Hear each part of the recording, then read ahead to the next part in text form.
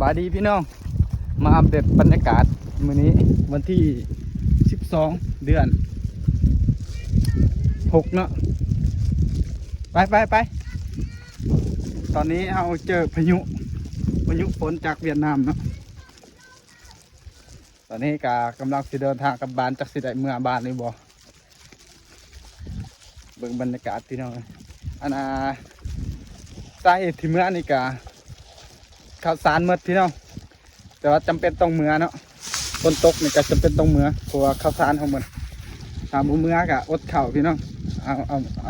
เอาต้องเมื่อก่อนเมื่อเอาข้าวก่อนเนาะคนอยู่บ้านกันยังคนอยู่สวนกันยังเนาะเป็นยังไงก็เบิ่งบรรยากาศพี่น้องนี่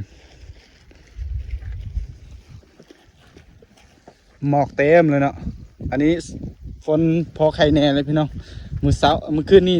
มื้อคืนวันที่12นี่เนาะฝนตกมืดคืนเลยพี่น้องมาส่งบักล้านสายเนาะนี่มันให้พี่น้องเป็นจังไดกันมาลุ้นมาสมพี่น้องนี่บรรยากาศเนาะจากสิเมือหอดบานเลยบ่มาอัปเดตบรรยากาศทางบ้านโอ้ยหมอกเต็มพี่น้องบ่เห็นภูเลยพุ่นนำไหลแห้งอีหลี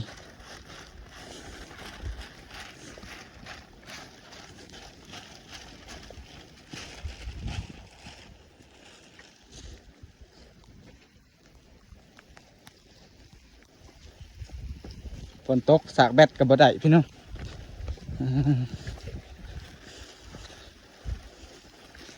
โอ้ตกหนักอีหลี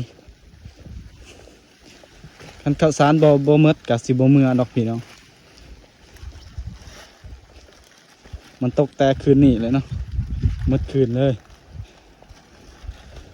ตกทั้งลมทั้งฝนค่อยๆเด้อลมเด้อ